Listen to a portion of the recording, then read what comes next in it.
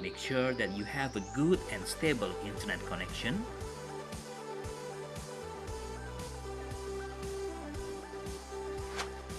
If you have an earphone or headset, we recommend you to use it so that your voice can clearly and loudly to be heard. During the Q&A discussion session, all participants, please use the chat box to deliver the questions. Thank you for your cooperation and consideration.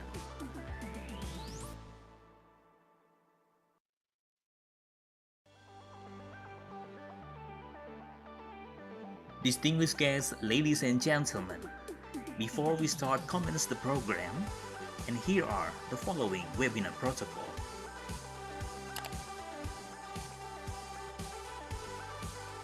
For each participant ID, please use your real name following with your origin of institution.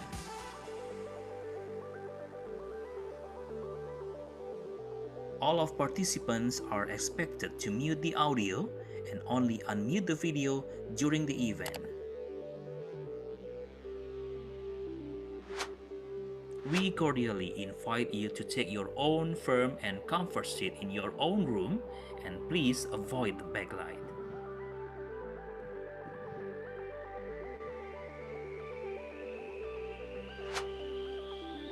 Make sure that you have a good and stable internet connection.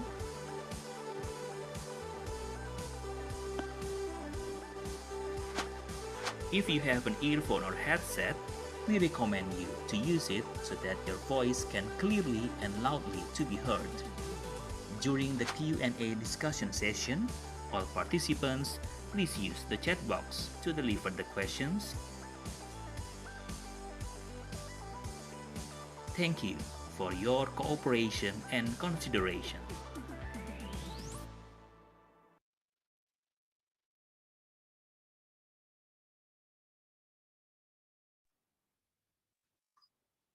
Assalamualaikum warahmatullahi wabarakatuh. Good afternoon, ladies and gentlemen. Welcome to guest lecture series on SDGs today, Wednesday, 31 March 2021. My name is Tamara from ITS Global Engagement and will be your master of ceremony this afternoon.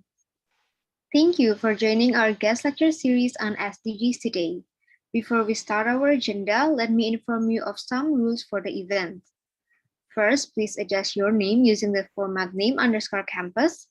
Second, turn off your microphone unless you are allowed by the moderator. Third, turn on your camera during the session. Fourth, adjust the seat comfortably and prevent the backlight effect. Fifth, ensure your network has a stable internet connection. Sixth, please fill your attendance at bit.ly/attendance_GLS SDGs that will be sent on the Zoom chat room. For participants who wish to get an e-certificate and stamp for it, please fill the attendance 15 minutes after the session starts. Seventh, participants who wish to ask questions during the question and answer session, please send your question to intip.in/Q&A/GLS-SDGs. The link for questions will be listed in the Zoom chat room as well. Or you can ask directly by clicking the raise hand feature. Ladies and gentlemen, today's guest lecture series theme is Supply Chain Management Digitalization, Supply Chain Post-COVID-19 that will be delivered by our speaker, Associate Professor Ferry Jie from Edith Cowan University, and Retail Supply Chain Management, a changing landscape that will be delivered by Center of Manufacturing and Transportation and Laboratory of Logistics and Supply Chain Management ITS. The lecture will be moderated by Mushanifun Fai Sugihartanto, SD MSc from ITS. Before we start our agenda, allow me to deliver our schedule today as follows. First is the opening, followed by introduction to moderator and speakers, and then we will proceed to the lecture session by Professor Jie, as well as the Q&A session. And then we will proceed with the certificate awarding for Professor Jie. Next, we will go on to the lecture session and Q&A by Ibu Niniet is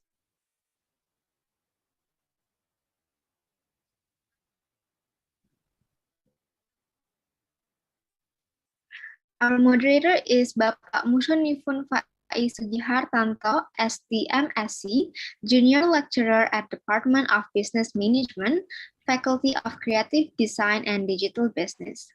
He received his master's degree in Logistics and Supply Chain Management in Management, especially supply demand planning, procurement, inventory control, purchasing, supply chain digitalization, halal logistics, and sustainable supply chain management.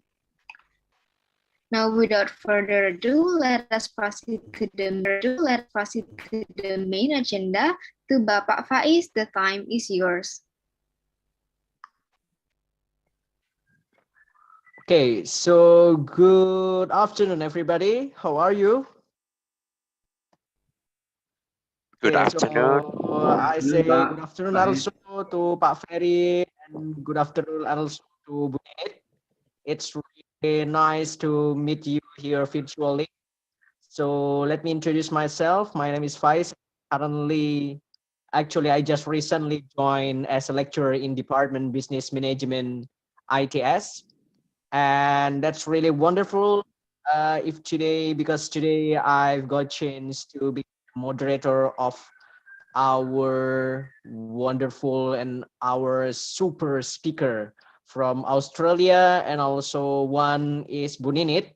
Actually, she is previously my lecturer in Industrial Engineering Department of ITS, and then now I've got a chance to be her moderator in this session. So before we start our meeting today, so let me read the curriculum vitae from Bapak Ferry Jie. So he currently become the associate professor and deputy director of the Edith Cowan University. Previously, he defended his thesis about the supply chain analysis in the Australian beef industry.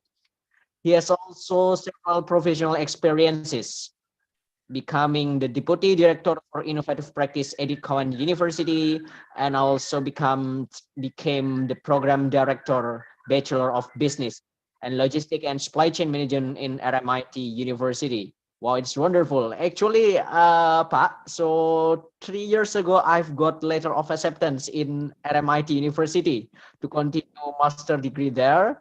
But since it is recommended since I got another acceptance in Sweden, then I choose Sweden. But of course, RMIT for me, it's still interesting. Okay, so without waiting too long, I think all of the audiences here, it's really waiting about your lecture today. Sure. And also, yeah, so the time is yours. All right. Thank you very much indeed, Pak Moderator. So I just would like to just share the slide and everybody can see my slide presentation. All right. Okay, so my name is Ferry Jie. I'm currently Associate Professor in Supply Chain and Logistic Management at Cowan University School of Business and Law, located in Joondalup, Western Australia. And this is my email address. And if you really want to have a chat, you can get me through the WhatsApps. This is my details. So just would like to share what's my profile here. I'm currently doing a lot of research project in the area of supply chain and logistics, including being invited keynote speaker and to give guest speakers as well as invited keynote speaker in different international conferences, such as in Malaysia, Vietnam, China, UK, and Australia. Currently, I published more than 76 journal articles, including 21 articles in Q1 and 12 articles in Q2. And about 21 conference peer review conference papers. Just check everybody can see. Can everybody hear me well? Yes. Yes, we can hear you, Professor. Yes, it's crystal Yeah. clear, sir. Yeah, I just wondering. Everybody looks so quiet. All right. So and then also received competitive research grants in total 1.6 million between 2010 and 2020.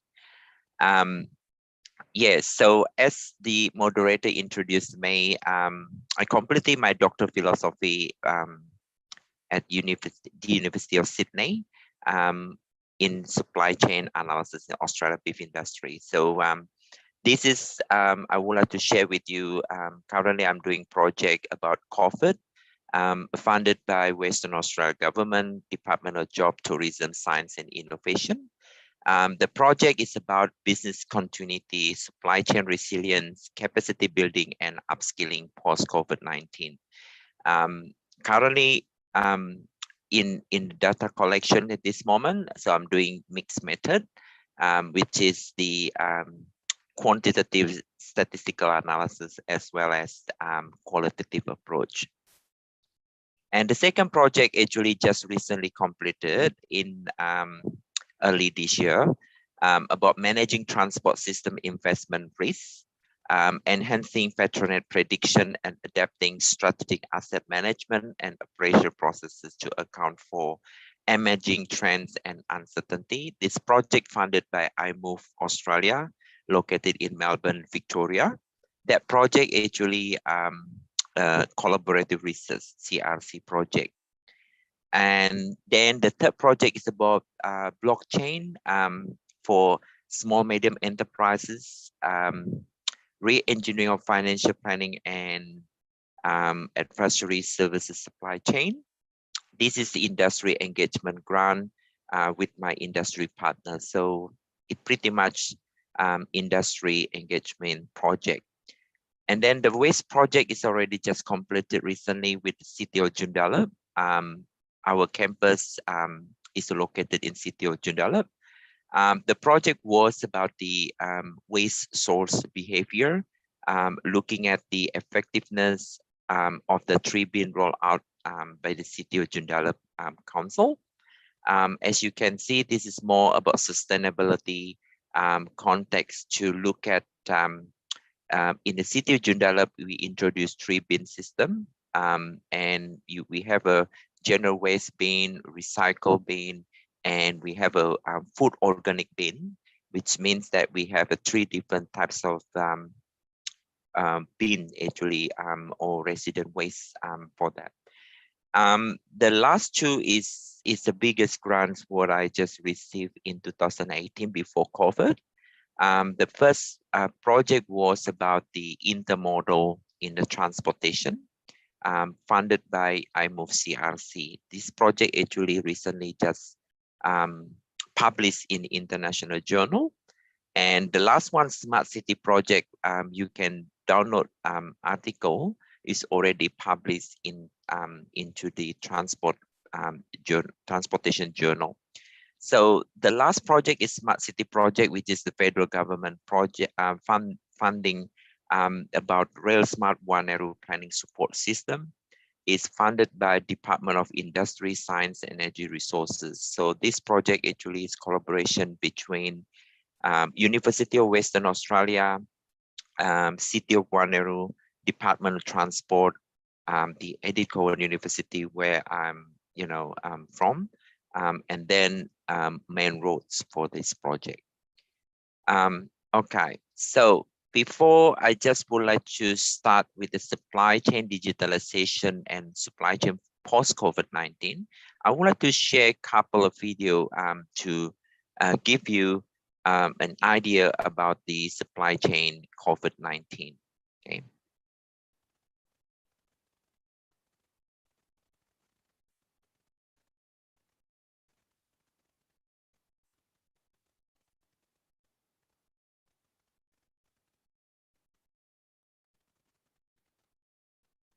Okay, so I just want to share a couple of video here.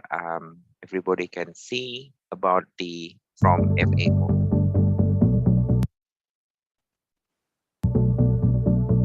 Okay, so as you know, COVID-19 pretty much nearly 16 months. This video is actually from the United Nations organization to look at the food supply chain dealing with the COVID-19 situation. They give you different types of tips. The second one, protect, and the third one, minimize the impact, physical distancing, agriculture, and boosting e-commerce of food business. And the third one, keep the food value chain alive. There are sufficient stock of staple commodities, but key exporting countries need to minimize logistic disruption.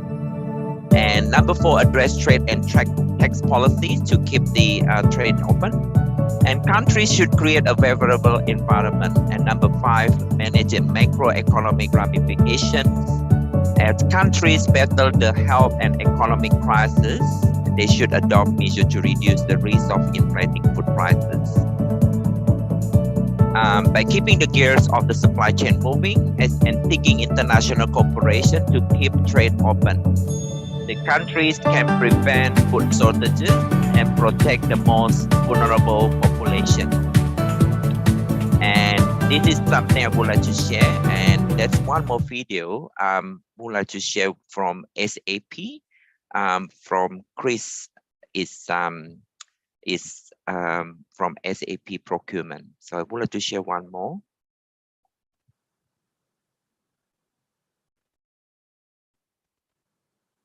It is a global problem calling for a global response. We also know that it will eventually... Okay, so just one more.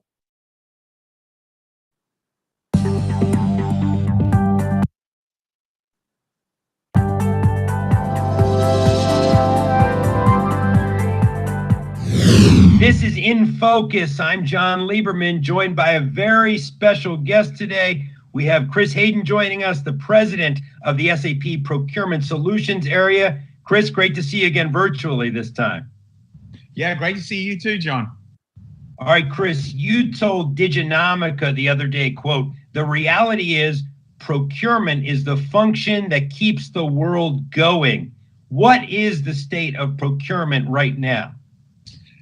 Yeah, well, look, it's well, number one, it's being very visible to people maybe for the first time, like the average person when they go down the shopping center and they see empty shelves and empty fridges. What is this and where is my items coming from? That's procurement. I can tell you the procurement professionals, the chief procurement officers that I spoke to in the last couple of weeks, you know, they're all in business continuity and just finding new sources of supply, and also in the larger picture, adapting to helping, if you like, other industries to get supplies and services where they need to be is actually the new normal for certainly for the last three to 5 weeks. Yeah, we hear that term new normal now, I think, in all sorts of different areas. I mean, how resilient is the global supply chain right now? Well, you know, for me, it's in pockets, to be honest with you. And I know that sounds like a bit of a cop-out, but, you know, there's some very organized companies that are, you know, pretty savvy on being able to scale up and scale down. But the reality is in some specific segments, obviously healthcare, you know, some of the government areas, they're really scrambling for, you know, as we all seen on the news, basic supplies and basic services. And so on that side, you know, honestly scrambling and getting creative and working together.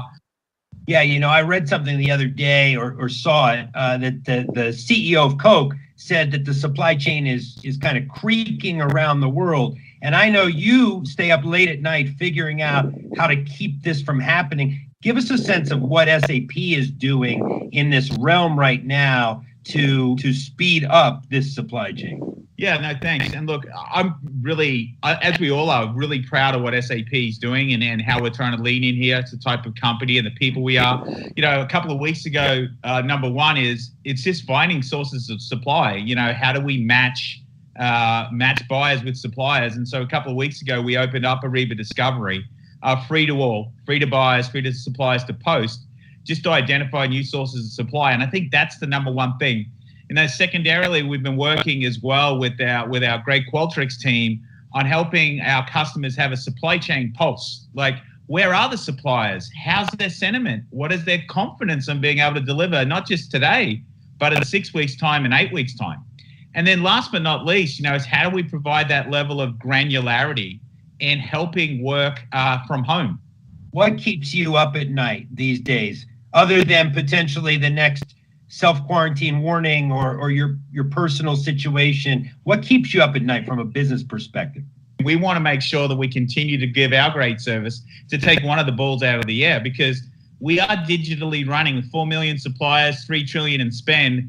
There's no bigger impact on the digital supply chain globally than actually, Ariba. Last question for you, Chris, then I know we have to let you go. You're a busy guy these days. What are you hearing from customers? What's kind of their temperature right now? And I know you spend the bulk of your day on the phone or on Skype with customers. What are they saying? Yeah, I mean, they're saying a lot of things. Obviously we're enacting our business continuity plans, number one. Number two, it really is about focusing on supply chain risk. Again, this continuity. How can you support us in identifying bottlenecks in our current supply chain? Whether they be very tactical in terms of finding something or really growing new business. And let me just share this one super powerful thing that we heard from a customer. With the Ariba Discovery, we had a customer reach out. They had to supply hospital beds, 500 odd hospital beds. One of our AEs heard about it.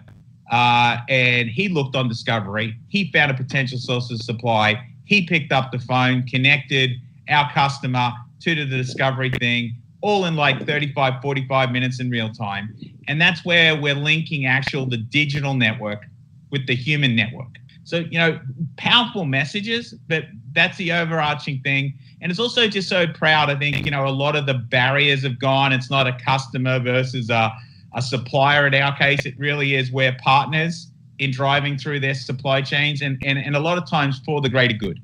So that part, they're great conversations to have, in a challenging time.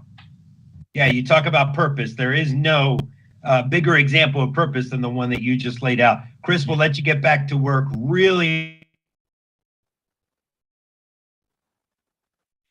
Okay, so ladies and gentlemen, so I just want to give very quickly what you can see from the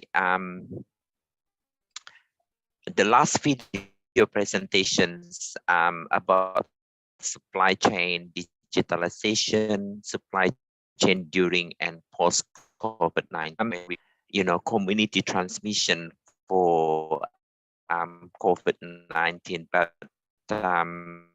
unfortunately in Queensland, the state's currently in Brisbane's currently locked down, which is now is a day 2. They found for the community transmission, as you town or a state, say for example, lockdown. So what's happening for the particular consumers? The consumers really go to the supermarket. They really want to get what they want. They would like to get fresh produce, rice or pasta, or all the foods, because what they can see that it's gonna be problem in terms of this particular. This is what we call supply chain disruption, consumer panic buying, looking at the high demand in a certain time and with the supply. If they got problem with the low supply, and might be problem with empty shelf, what we call. To give you supply chain is the philosophy. The company seeks to design business model that meet customer need better than competitor. Success depends on the ability. If you look at the supply chain, it's the process activities to design, you can make or produce or process and also deliver. Distribution we have in terms of recycle, reuse, or remanufacture.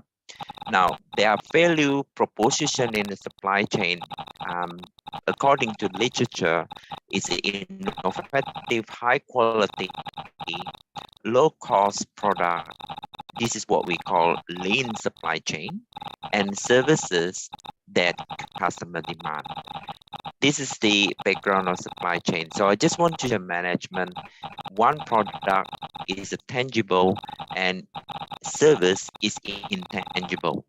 Now I wanted to show you to one example of supply chain structure for cereal manufacturer, for instance.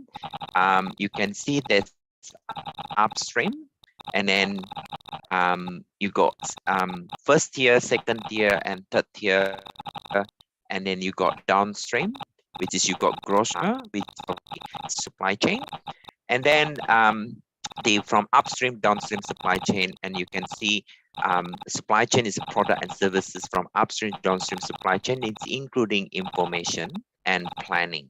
So supply chain is not only product movement, but also information sharing and also planning, including cash flow, including fund, which is from upstream chain. Another example I would like to show to you is a hotel supply chain or services supply chain. So I just give you an example.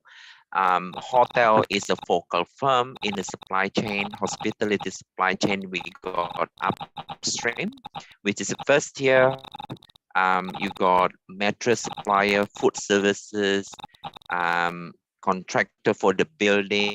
You got second tier here, framing contractor. You got third tier in the hotel supply chain in hotel industry. So you can see the first tier is hotel brand. So you can see in Indonesia, you got like Hotel Santika, for instance, Ibis, Mercure, these different types of hotel brand. And then second tier, you got business traveler and leisure traveler.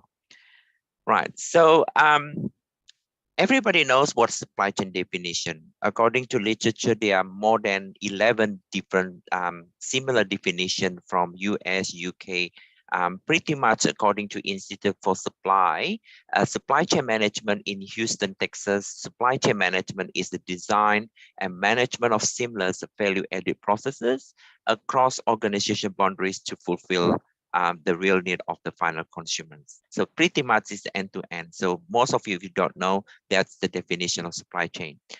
Now, talking about supply chain digitalization, so Chris is the president SAP Procurement.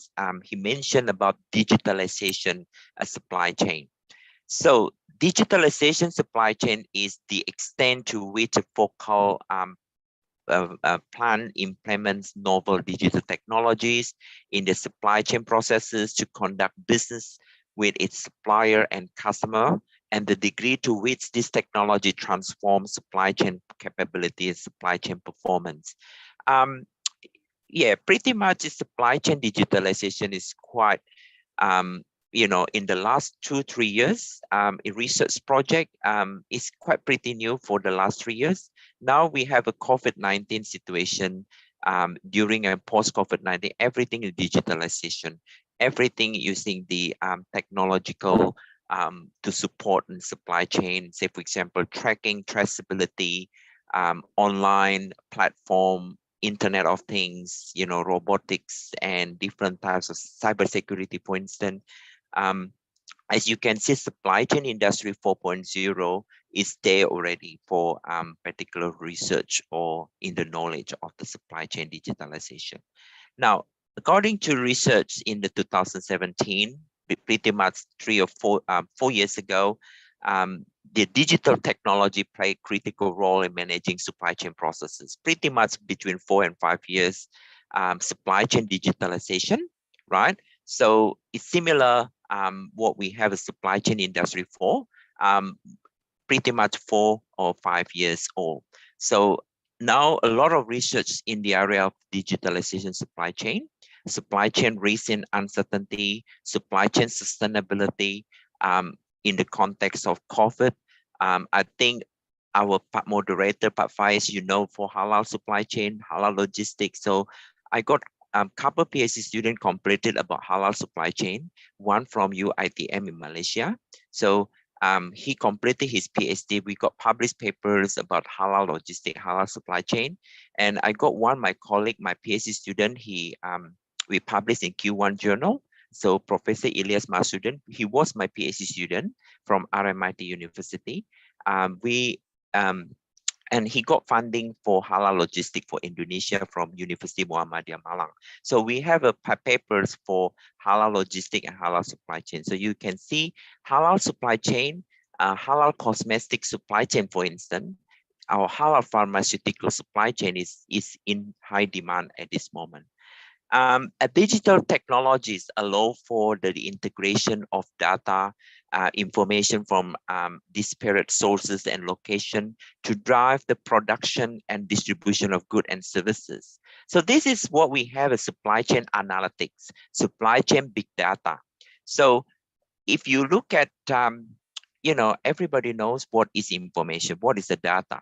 So all supply chain, when you look at end-to-end from upstream to downstream, even though we look at sustainability, back from downstream back to the upstream for recycle, remanufacture, reuse, particularly the product, where we have the data. So pretty much supply chain big data and analytics is for the decision making. Of course, for improvement, of course, for continuous improvement, or could be for, the efficiency and the effectiveness of supply chain itself. Now, looking at supply chain post-COVID-19, this is the framework I just share with you the conversation on the future of transport and logistics. What it looks like actually pretty much in since in the early 2019, early 2020, we have the COVID-19, right? So the future of transport logistics pretty much in 2020 beyond, what looks like transport and supply chain industry. So the first one is a greener start. This is we would like to promote sustainability development, enabling environmentally sustainable future, right? No doubt every organization promotes the sustainability, like, any organization to promote sustainability supply chain, this is what we call a greener start. Now, when COVID coming, we have a healthier start. We have, the social distancing, with the distance, with the 4 meters square. Say, for example, in New South Wales, they found one new case for the community transmission, and they start with the restriction with the 4 meters square between one person with another person. So this is what we call social distancing. And then any workstation, they have a hand sanitizer, a healthier start. What we have here, is enabling resilient health system and population responsive to major health challenges. And the third one is digitalization start, okay? So according to research, I think since COVID-19, back then in the last 12 or 14 months, a lot of organizations introduced the digitalization, the technology oriented. So according to McKinsey or other research under PwC or Deloitte, it's actually introducing more than 70 or 69 or close to 70% of organizations utilize a technology-oriented and digitalization approach, including supply chain digitalization. The idea of a digitalization start is enabling social innovation and inclusion for a digital future. And then the fourth element of this framework is a better work start. It is enabling effective, resilient, ethical, and responsible businesses for future workforces. So this is we really want to promote actually in terms of the workstation, workplace, to introduce productivity in the workplace. And then the last element is a fairer start, enabling a more inclusive and equitable future Australia. So this is the future transport logistic industry in Asia or Australia context. Now, this is very interesting. I would like to share with you in terms of the supply chain post-COVID-19. Chris, President's SAP, Procurement SAP, he mentioned about continuity planning. Business continuity planning is a very important for any organization. Once they have the COVID situation in the last 12, 14 months, the business need to continue, look at the plan, what we call the business continuity planning. So before COVID and now the COVID, they need to revisit about the strategic plan, the business continuity plan, looking at working, listening to the government, what particular, introducing, for instance, working from home, or introducing, reducing the capacity due to the social distancing. And then in Australia, for instance, in WA, we introduced what we call Safe WA. It's pretty much for tracking and traceability. Say, for example, you got mobile phone, right?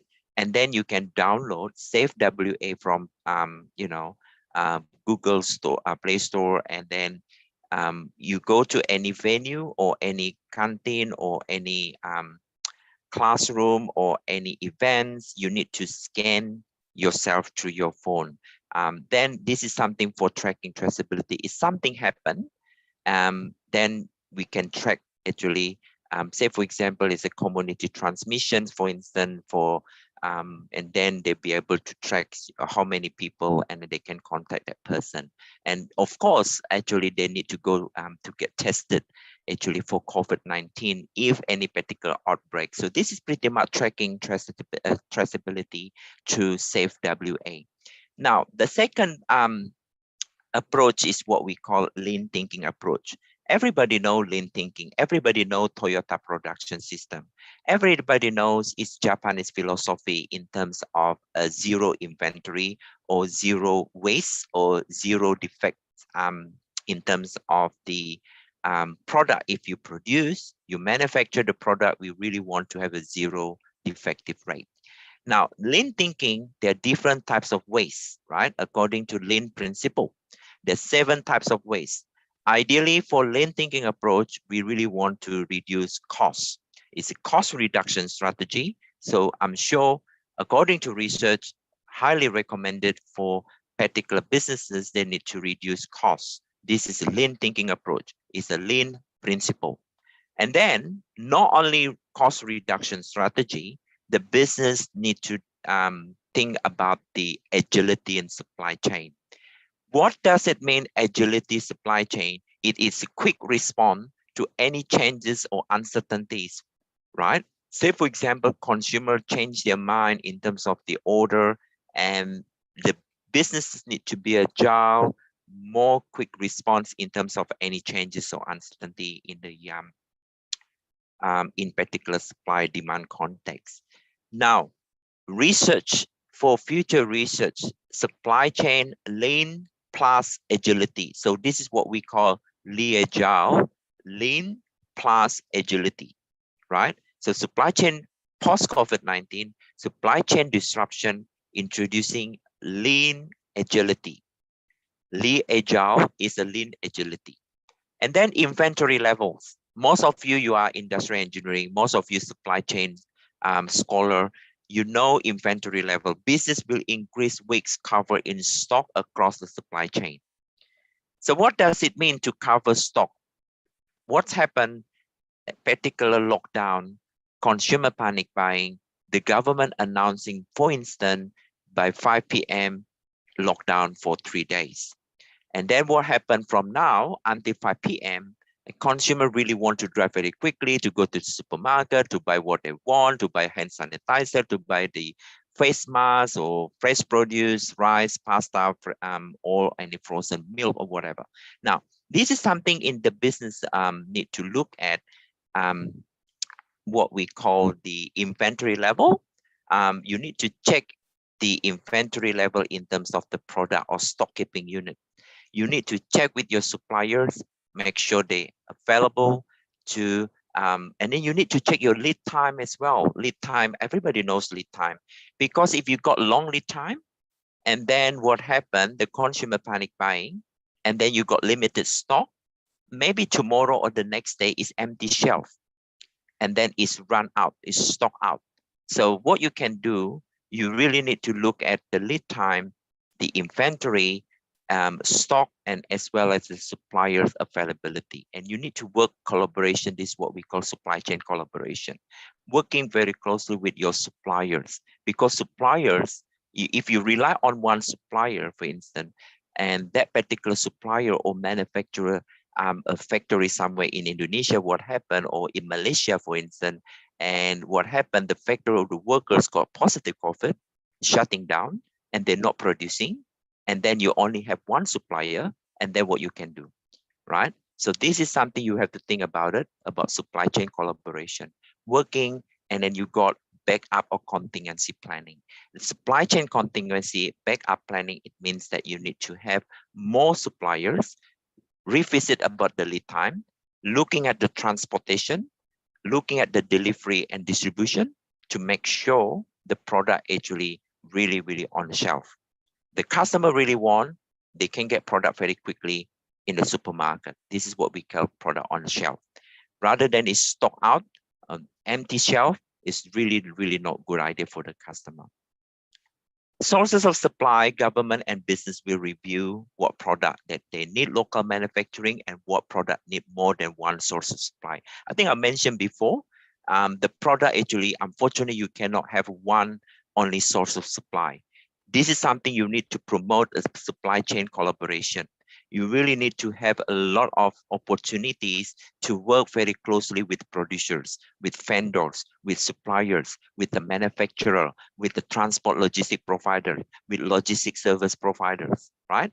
Now, working from home, unfortunately, is not feasible in the supply chain logistic industry for the majority of the workforce. So for instance, people working as a truck driver, right? We're not talking about driverless truck, right? So like Australia Post, right? So unfortunately, a lot of transport industry is so difficult. People work from home. It's not possible. People work from home. Particular actually labor, like factories, for instance. So they can't work from home, right? So they need to come work 8-hour shift, for instance, from 9 to 5 in the factory, a production assembly line. Unfortunately, work from home is not possible. Now, changes such as staggered shift, breaks, and temperature healthcare are likely to be the new norm environment. Now, invest more digital resources such as artificial intelligence and machine learning to reduce the dependencies in human labor. And then transforming IT solutions in terms of to maintain the improved connectivity between people, assisting to improve work-life balance, sustainability, investing locally, upskilling local staff to reduce reliance on overseas market. As you can see, the border is still closed. So, but the international freights, global freights really want to look at, opportunity, in terms of the global trade operation. Now, reviewing in how to repurpose manufacturing to be able to diversify in multiple channels. And of course, we need to review and implementing supply chain risk implementation plan. So before COVID, unfortunately, your supply chain risk management plan is not possible. You really need to review and revisit your supply chain risk management plan. What risk identification, what different types of risk level. For instance, Queensland, unfortunately, they have outbreak there, lockdown for 3 days. Unfortunately, they need to revisit what the risk in particular businesses and transport supply chain industries there. They need to review and revisit their supply chain risk management plan. Of course, you need to understand inventory optimization. Everybody knows about operation research, right? To look at the optimization of inventory, right? Re-evaluation of inventory optimization. And then contingency planning. I mentioned before contingency or backup planning. Diversify in your channel, including your supplier, vendors, producers, right? And then logistics service provider. If you rely on only one transport company, this is the only problem. You need to utilize a better contingency planning. What happened? The transport company and the company shutting down, the driver got positive COVID, they're not running, they can't drive with the truck, with a heavy vehicle. Now you need to look at the contingency or backup any logistics service provider you can work with, right? So diversify in your channel. Now, everybody knows supply chain industry 4.0. This is interesting.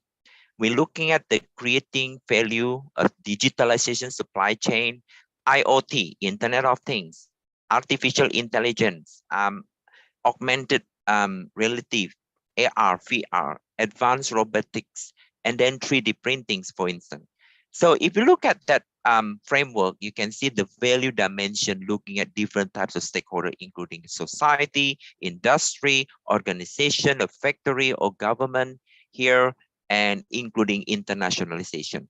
And then what mechanism value you're looking at the new skill. This is something very useful for universities and education provider need to look at what types of skills and knowledge capabilities in terms of to introduce the digitalization in supply chain context. New skill competencies is the need actually for that. It's no wonder because this is a good time for people for upskilling and reskilling during COVID-19 because, when everything is a vaccination rollout, I'm sure it's Indonesia actually start vaccine. We're hoping if vaccination rollout is very good and useful, and we never know for the next 12 months, everything back to the new norm, and then that everybody can go back to work. And this is something, were you doing upskilling or reskilling during COVID?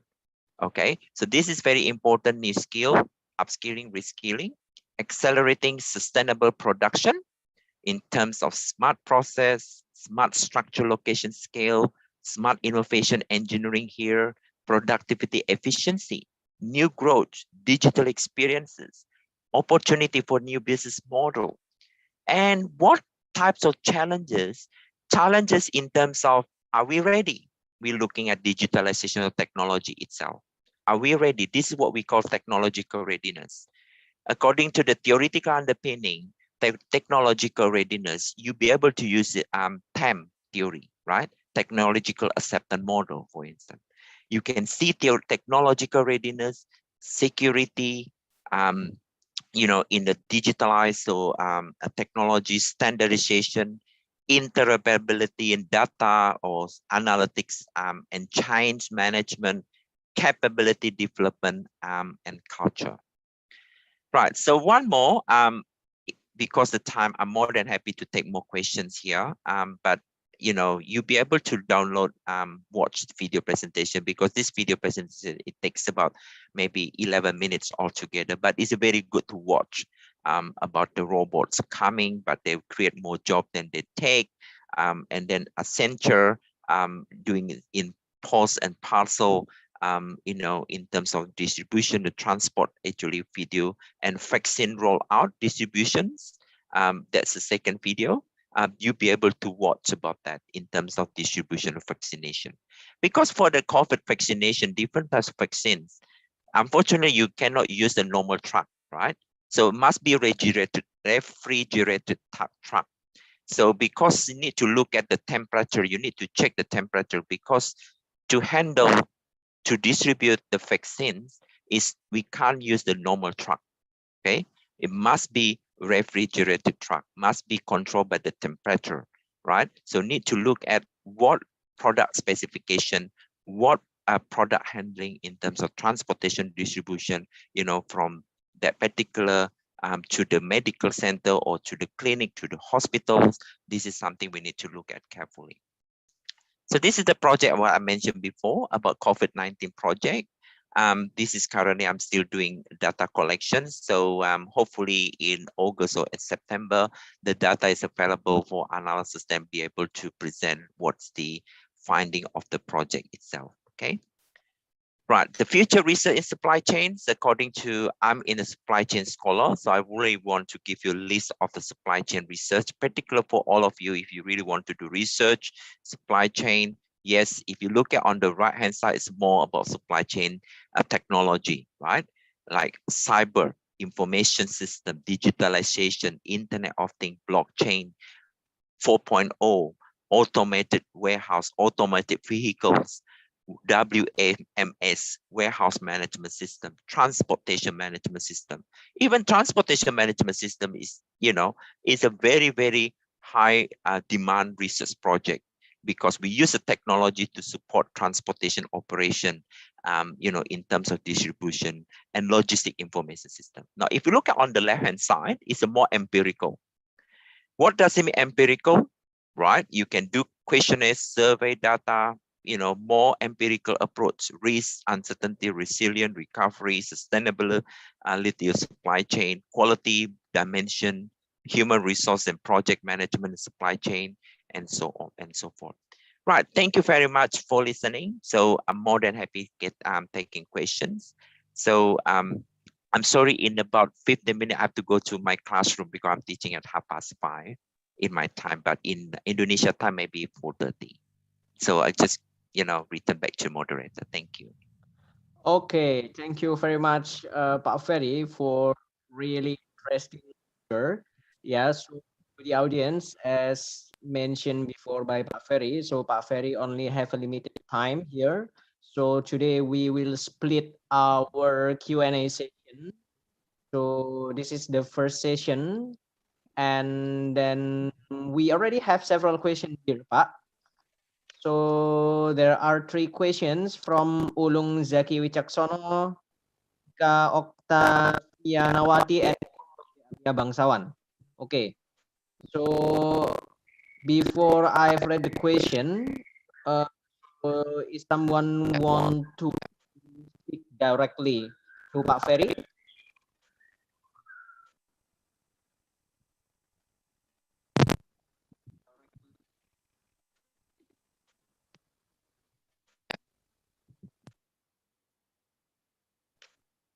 Widodo.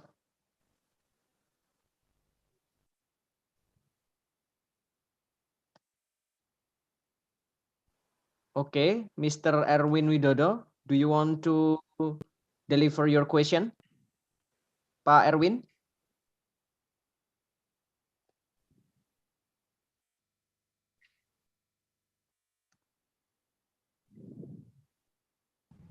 Hello. Okay, I'm sorry.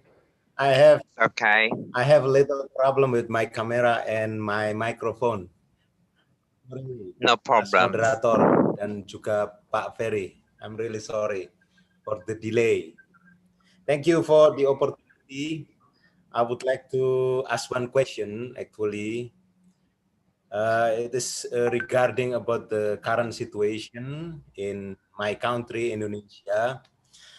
As we know, we are currently intensively doing vaccination, and hopefully in the near future, the economy will be rising. Before the COVID-19 pandemic, as we know, the current issue in industrial environment is the Industrial Revolution 4.0.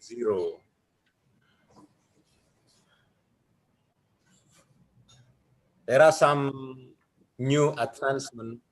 For example, the usage of the sophisticated method or tools in order to letting machine talks to other machine.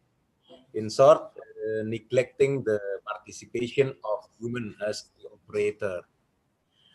What is very comment about this issue related to the future trend, future issue in supply chain engineering or supply chain management with the continuation of Industrial Revolution 4.0. Okay. I need your comment. Thank you. Very good questions. Very good question, Pa. Yeah, in terms of supply chain industry 4, when you look at a lot of good journal articles like Supply Chain Management and International Journal of Logistic Management, they're all Q1. In the last 3 or 4 years, quite few papers about supply chain industry 4.0. Now, supply chain cybersecurity is one particular in good topic, actually, to look at in terms of security, data security, the informations like among the supply chain security. Number 2 is big data itself. So unfortunately, big data is a lot of papers already in the last actually 4 or 5 years. Supply chain cybersecurity is a very, very new topic. It's a good topic. And number 3, include in terms of the issues, I think what you ask questions, I think security is number 1. And number 2, the challenges and issue of the big gap between the large or multinational corporation like Amazon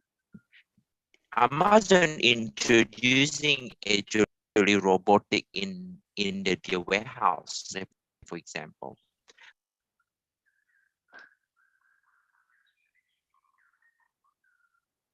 Or they use the traditional approach for to manage their products.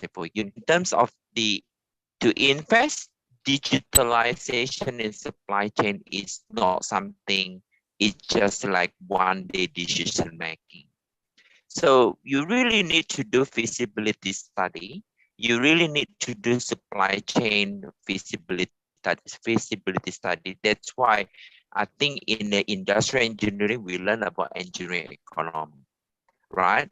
We really want to see whether that's able to pretty much actually to the future in 2030, for instance, to invest more in digitalized supply chain, digitalization supply chain. And then another issue, of course, we need to look at your among supply chain trading partners, right? And then looking at the collaboration itself and looking at your potential customers for this, that particular country, the government not looking at really support, or even top management support, not really support for particular investment for the technology is useless, unfortunately. So it's something more synergy between a supply chain collaboration. If you look at that framework, you can see the value dimension, and you can see the mechanism, you can see the challenges, 3 different elements in terms of supply chain 4.0. Okay, thank you, Pak Ferry. It's always You're nice welcome. to hear your lecture. Okay, thank you, Pak Erwin, for the question, and thank you, Pak Ferry, for the answer. So we have another questions here. There are several questions, but I will pick only some of them since we have limited of time. So, okay, so this is an interesting question, Pak Ferry. Regarding the points important in COVID, we know that the tragedy in Suez Canal is blocking the world trade route. Okay, so this is the current issue actually, yeah. How can the world adapt to this situation where a giant bottleneck situation appeared and the shelves to filled with products are going to blank? Right. So this is something interesting question. So it's a big project really. First of all, you really need to identify that particular risk and identify, because when we look at the risk management plan, right, you need to identify, you assess, analyze, then implementation plan. So that particular methodology approach, you really need to consider identification. You need to assess and analyze. Maybe you can do different types of simulation or operation research technique to solve the issue. And the last one, in terms of implementation, in terms of when you have a solution, that particular, then you really be able to apply that. So this is something is a interesting topic, but again, I'm not following actually what's going on, like what this question. unfortunately, because the currently I'm doing project is more about COVID-19 situation. So it's the supply chain COVID because it's global, right? So this is something I'm following a lot actually in the last 12 months. But unfortunately, in terms of to answer your specific questions, it is something is a little bit outside my comfort zone for that. But in order to do that particular methodology, there are 4 things you really need to do: identification, assessment and analyzing, and then implementation plan. That particular you really need to follow. Of course, for each particular process and methodology, you have a different types of approach. Say, for example, assess and analyzing, you can use the operation research technique. You can use about simulation heuristic. You can use maybe stochastic simulation, maybe potentially because it's uncertainty or non-deterministic, for instance, because of bottleneck, or this is about we call the disruption. Okay, so this is something I really want to share. So sorry, I cannot just answer because in the last 12 months, I more concentrate about the COVID-19 situation. Yeah, it's okay, Pak Ferry. Thank you very much for the answer. And I think we still have a time, yeah, Pak. Yeah, is that possible? Maybe 1 or 2 minutes because I need to go to the next building. It takes time for me, 2 minutes, 5 minutes. Okay, it's okay. So one last question. So it's come from Miss Ika Octavianawati from Chemistry Department. So what should our farmers do if our government in Indonesia prefer to do an export for some specific natural products that actually is abundance in our country, such as rice, so that our farmers get a low price for their products in local? This is about supply chain pricing mechanism, because when you determine price, of course, you really need to look at activity-based costing approach to determine the price. And yes, you're correct, because you got supply in terms of Indonesia, supply a lot of product in terms of different product, rice, for instance. Now, this is something pricing control and a pricing mechanism in supply chain. Of course, if you really want to look at about domestic supply chain for rice, you really need to look at this is what the customer wants. So first, you need to do pricing mechanism, pricing control for the process. Number 2, of course, you really need to revisit what is the global and export import for the rice. Of course, if you import rice, but you got local, so for example, and then you really need to do survey. Do you think that domestic, consumer, what particular brand rice they really wanted? And that particular, is that true? Is that the price actually is a very expensive compared to the import rice from overseas, for instance? So this is something you really want to look at, research for that. Then to determine cost pricing, you can do different techniques. Like one particular context is the ABC, activity-based costing. Then you can if you look at high demand and a low supply, of course the price become more expensive. Okay.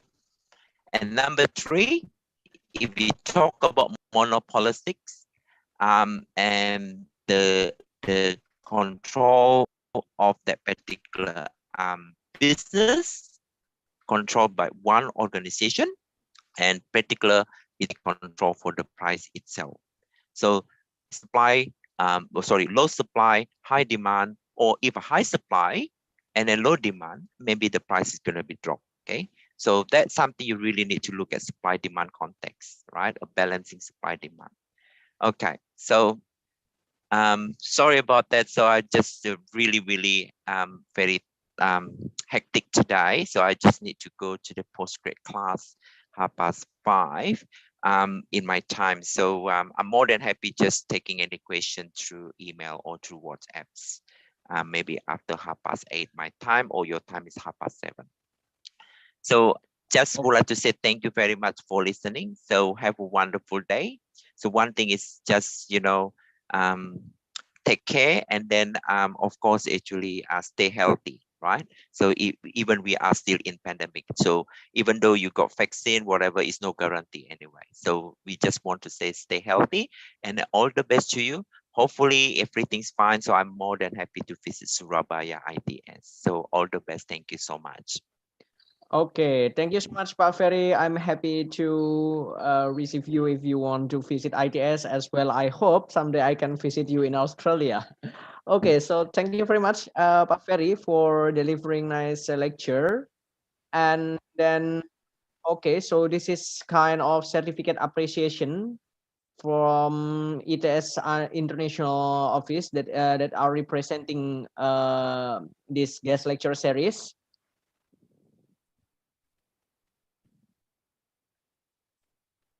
Thank you so much.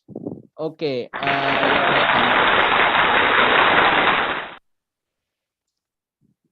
Okay. Okay, so thank you, Prof Ferry. And now let's moving to the second speaker. So this is comes from our university, Bu Niniet Indah Arvitrida. So she was finished her PhD from Loughborough University in United Kingdom. She is currently the head of Laboratory of Logistics and Supply Chain Management, and she has several interesting research interests here, including the retail supply chain management that she want to share with us today. Okay, so good afternoon, Bu Niniet. How are you? Thank you, Pak Ferry. Sorry, Pak Faiz, sorry. Thank you, Okay, Pak Faiz. I'm good, thank you. Okay, so without waiting too long, I will give the microphone to Bu Niniet. So time is yours. Right. Thank you very much, Pak Faiz, for the time given to me. And good afternoon, distinguished guests, ladies and gentlemen, and also Professor Ferry Jie. It is very nice to meet you virtually here. So I hope someday we can meet face to face if the pandemic is already over. And also thank you to every one of you for being here with us today. I'm sorry. My voice is bouncing back, so I hope it is fine there. In me, it's crystal clear, right. Bu. Okay, great. Thank you, Pak Is. Right. Thank you. And I think I see many students and also colleagues are joining this talk today. Well, to be honest, this is an honorable moment to me where I'm invited to be one of the speakers in this great occasion organized by the International Office ITS. In particular, I can have a sharing session with Prof Ferry Jie. He is not here, I think. This is a really wonderful experience for me. And firstly, let me introduce myself briefly. My name is Niniet Indah Arvitrida, and currently I'm a lecturer in Logistics and Supply Chain Management at Department of Industrial and Systems Engineering ITS. I think some information about me has been introduced very well by Pak Faiz, and currently I am the head of Logistics and Supply Chain Management Laboratory, which is under the Research Center of Manufacturing, Transportation, and Logistics ITS, where the research center, the head of that research center is Pak Erwin Widodo, and he is already here today. And today I'm going to share a few knowledge about retail supply chain management, a changing landscape. And anyone could you? Well, actually, I asked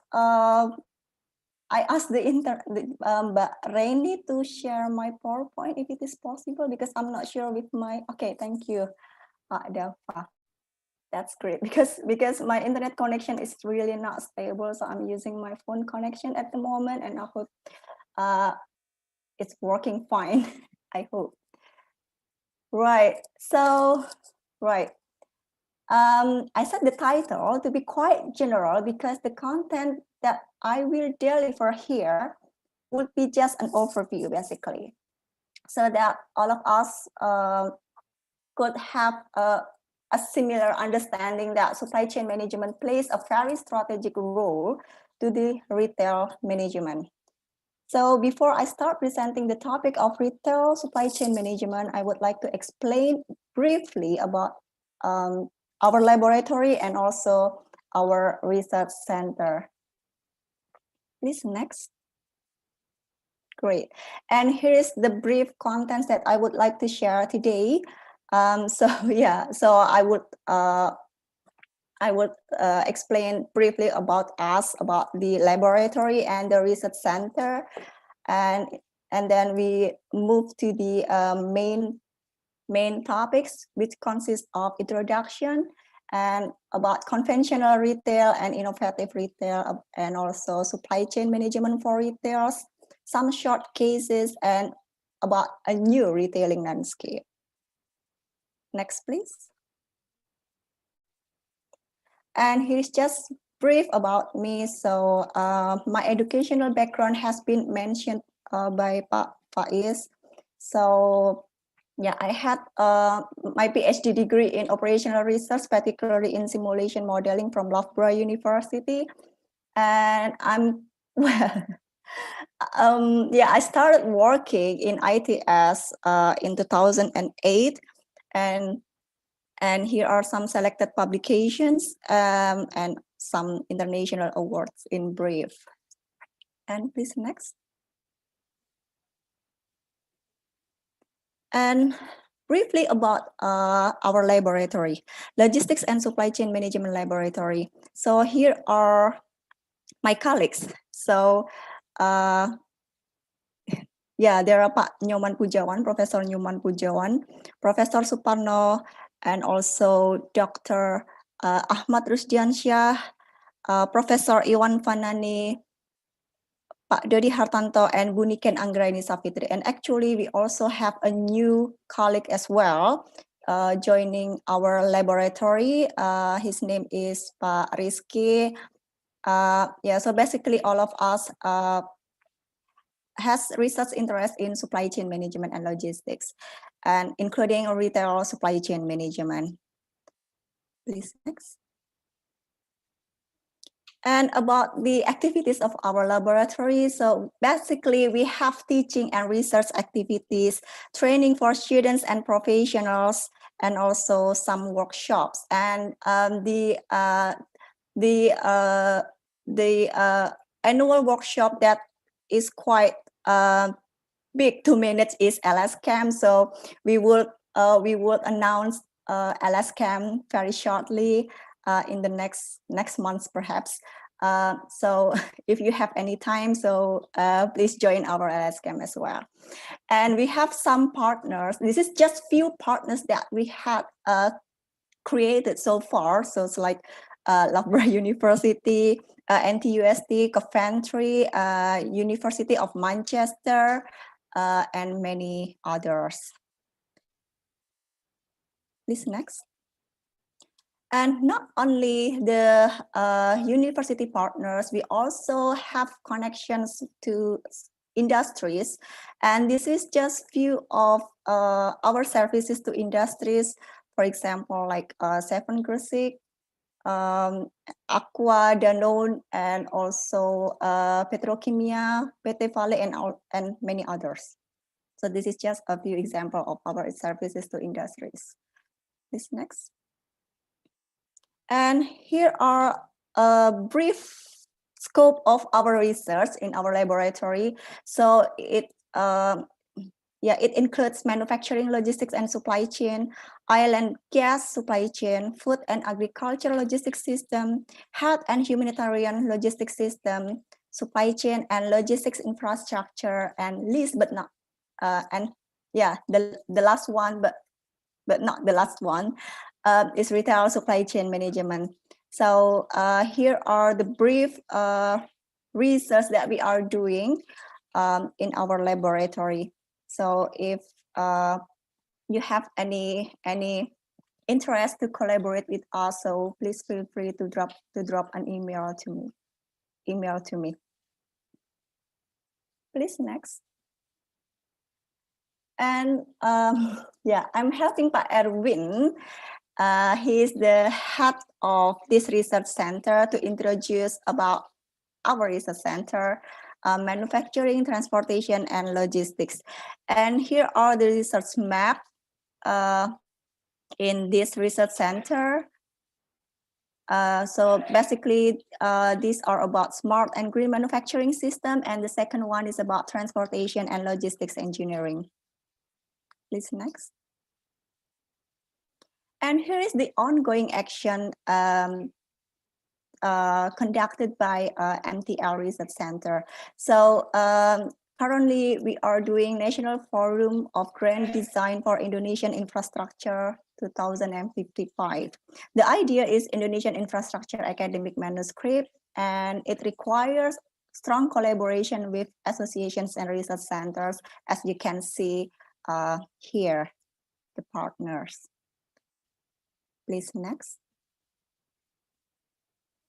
And this is a research plan in 2021 for the MTL Research Center that includes optimization and zoning of parking unit space, design and prototyping of amphibian bus, business process engineering for shipyard manufacturing processes, requirements engineering for ERP systems in state-owned enterprises, risk management for public transportation systems, eco-referred container for integrated fishery logistics, pairing and tracking for speed detection in intelligent transportation system.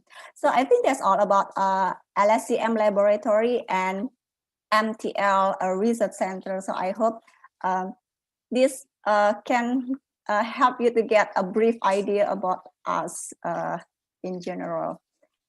And please next. And now let's talk about the main topics of today's talk, which is about retail supply chain management. Please next. Great, thank you. Well, when we talk about retail management, so retail businesses is always dynamic, but nowadays this business becomes more dynamic. Next. Yeah. So it becomes more dynamic because of the changes in the markets, not only about in the market but also in the supply market. So when we talk about market, so it involves demand and supply markets. So everything is changes. So the competition becomes more fierce. So it's not, the changes can be very slow. So we can say a revolution, or sometimes the changes can be very, very quick, very fast. So we can say that the retail business needs an evolution because the competition becomes more intense.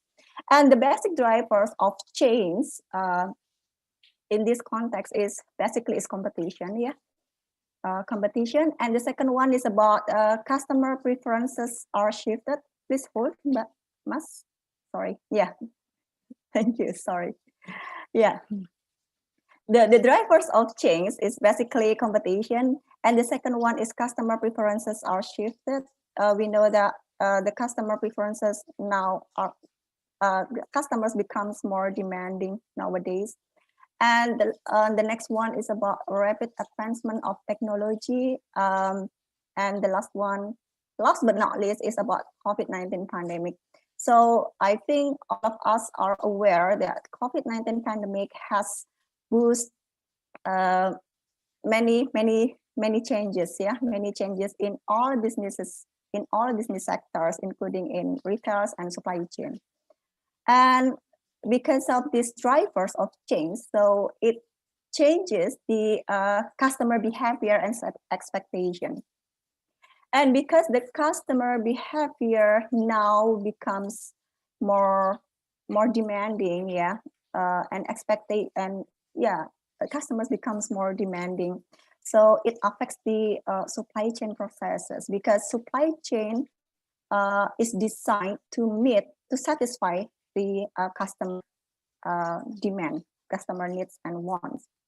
So we need to design the supply chain to meet the customer demand. So that's the main point in this presentation, basically. And sometimes the innovation in supply chain also drives the customer expectation as well. So we can see the world of business competition is quite complex, because the cause and effect is not only not only a linear effect. So it can like a closed loop effect. The customer behaviors affects the supply chain capability, but sometimes the innovation in supply chain processes also affects the psychology of customer in making their decisions for buying products and services. So that's a complex situation, basically. Please, next. Yeah, and this is a typical illustration of supply chain. So yeah, typical illustration for retail supply chain. So it consists of supplier, manufacturer, distributor, retailer, and consumer. Next, please. Next. Yeah, and the forward and in supply chains, we know that we need to manage the flows inside the supply chains, and the main flows that we need to manage inside the supply chain is information, materials, and money. And there are two types of flow in the supply chain: the forward flow and the backward flow. And in this case, if one entity in the supply chain makes an innovation, so for example, if the retailers is changing because they have to compete in the market because of many pressure comes from the drivers of change that I have mentioned above. So please, next. So basically, it affects the whole supply chain. So here I'm trying to illustrate that if there is a change in the retailer, so this could change the whole operations within or along the supply chain. So when we talk about supply chain, so we need to consider it as how to say that briefly, like a team. Yeah, work in a team. If one entity makes an innovation, it should be supported. It has to be supported by the other entities inside the supply chain. So that's the main message of this slide that I'm trying to say. Next. And talking about conventional retail. So yeah, we may consider this like this is as a conventional retail, but this retail is still preferable for most customers. Yeah, even though many online platforms exist, but still most customers, based on a study, it is concluded that most customers still prefer to shop offline rather than shopping online.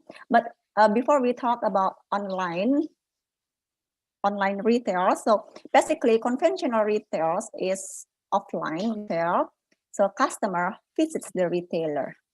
So conventional retail has a very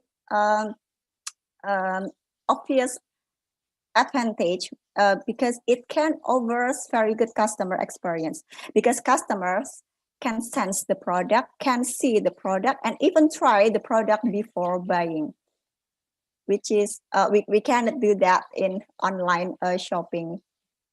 And also visiting conventional retail also provides leisure because the customers can travel to somewhere like shopping malls and can add more satisfactions. Please, next. And talking about innovative retail, so it depends on the time. Yeah, for the popular case studies in supply chain management literatures, particularly for the popular case studies in like in basic supply chain management books. Yeah, innovative retail in about between 1990s and 2000s. The popular best practices mentioned in the supply chain management literatures are Walmart, Tesco, Zara, Benetton, 7-Eleven Japan, IKEA and Dell, for example, even though we still have, we know that there are many more examples popularly mentioned in the literature. And for example, Walmart and Tesco are very popular with the efficient supply chain. Zara, 7-Eleven Japan are also very popular with their strategy of responsive replenishment by using their very responsive transportation to the retailer. IKEA provides, well, IKEA uses warehouse as a display and self-service customer for assembly and delivery. And IKEA and Benetton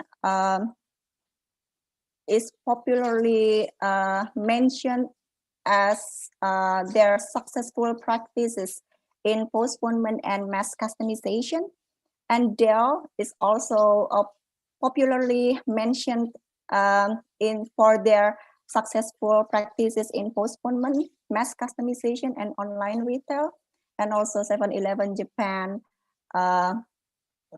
it's very popular with the case of distribution center in the supply chain network. So these are some examples of innovative retails in the between the time range 1990s and 2000s. This next. And talking about innovative retail nowadays, there are many innovations in retail businesses, and the most popular cases mentioned in the literature, not only in the literature but also in some academic papers, is Amazon. Amazon is very popular, mentioned in academic papers. It is often Amazon is very popular in smart online platform, data analytics for customer experience, and omni-channel distribution. And and what we can learn from the Amazon here is innovation. Innovation in retail businesses leads to supply chain differentiation. But however, one size fits all is no longer works. Identifying the true nature of order winner and order qualifier, being responsive or efficient or both, is very important. And we cannot just adopt what Amazon's did for any retail businesses because one size doesn't fit all. So that's the main message here. So we are going to talk about Amazon later in the next slide. And now let's talk about retail and supply chains. Most people think that retail is just about front-end selling, but actually retailing is just not only about front-end selling. It requires a back-end. It requires a strong backbone, which is supply chain, because supply chain and logistics is the essential backbone for the modern world, including the retail itself. And the supply chain landscape is never static. So does the supply chain. So that's because the retail is never static, because the retail business is dynamic, so does the supply chain. Supply chain landscape is never static. It is always dynamic, even though there is no retail innovation in the supply chain. And what needs to consider when supply chain operations are shifted is, we need to do supply chain re-engineering.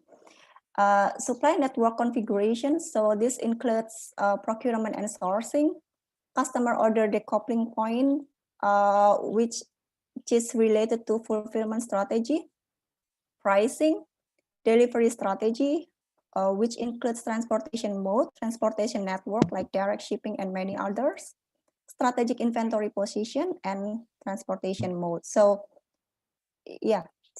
the supply chain operations should be re-engineering to meet the retail, the customer needs that the retail wants to satisfy. Please next. And yeah, why the supply chain needs to change? So the widespread use of multi-channel increases expectation for speed and convenience services. So nowadays, customer tends to be more better service with speed and convenience services. And it is obviously related to logistics and supply chain management capabilities. And the second one is about the outbreak of smartphones. It's making shopping easier using all kinds of platforms and devices for instant shopping. So there is a mentality known as anytime, anywhere, from any device mentality, because nowadays the customers can shop everywhere by using their smartphones. So this is an illustration in Korea, Tesco Korea, but the name is not Tesco in Korea because Tesco is UK retail brand. So in the subway, there is like image, poster. So while waiting, the train comes to the subway, so the customers can shop online. So when they reach home, the products can come to their houses. Well, so I think this is an innovative idea for retailing, because so this strategy answers the requirement of retail supply chain for improving their responsiveness. So the speed of delivery and convenience services must be addressed as this has been started to become other qualifier. And to enable that, logistics and supply chain management is the essential factors, or we can say logistics and supply chain management is the blood of the retail customer service. So because when we say customer service, we are not talking about the marketing responsibilities. Because when we talk customer service comes from two sides. The first side is marketing, and the second side is logistics and supply chain management, because most of the customers' complaints are related to logistics performance. So when we want to make the customer happy, so we need a strong logistics and supply chain infrastructure. Please next. Yeah, as I have mentioned in the previous slide, so supply chain is never static. New supply chains may emerge for many reasons. For example, in response to a technological breakthrough such as a bendable display, the emergence of a new product or market niche such as smartwatches, and new geographical markets such as Africa. Because the demand market is changing, so does the supply chain. And supply chains are also can decline and also may disappear when demand is no longer sufficient to drive the supply chain, such as disk storage. So when the product disappear from the market, so the supply chain will no longer exist. This next. And about big data, we have just had a discussion with Prof Ferry Jie about a digital supply chain, and an important part of digital supply chain is data. Big data is very important in managing retail supply chain management. It's not only for the retail itself, but also to make decisions along the supply chains. So this is just a simple illustration about the number of SKU or stock keeping units managed by many popular retailers such as 7-Eleven. It has 3,000 SKUs. Mark and Spencer's, it has 6,500 SKUs. Walmart manages 120,000 SKUs. Tesco manages 90,000 SKUs.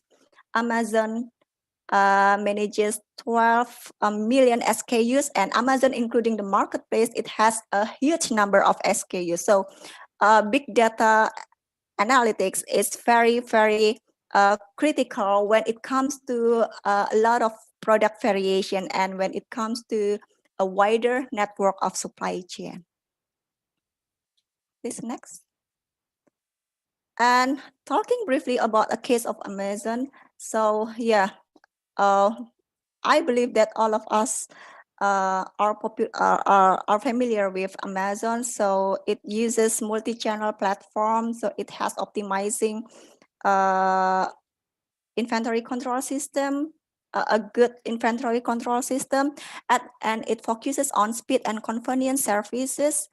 And it has lots of distribution centers to cover personal customer order across a very vast geography. And it has an efficient outbound fulfillment, and it has a favorable contract with shipper because they want to make their operations cheaper. Please next. And yeah, here are few examples of Amazon. So basically, Amazon has two types of retailers. So it has online and offline integration. So it combines physical and digital interactions.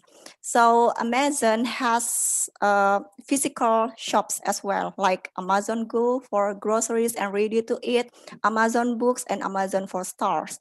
So by integrating online and offline, so it can enhance the interactions with the customer. So the customer will have more access to get the product. So the customers will have a better price and more experience, because customer experience is very important when we talk about retail, because, well, the customer will be very satisfied if they have a good experience when they're having buying experience at the retail, and also better leisure.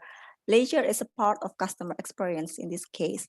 And it has been considered that the Amazon business models has set the trend of retailing. Next.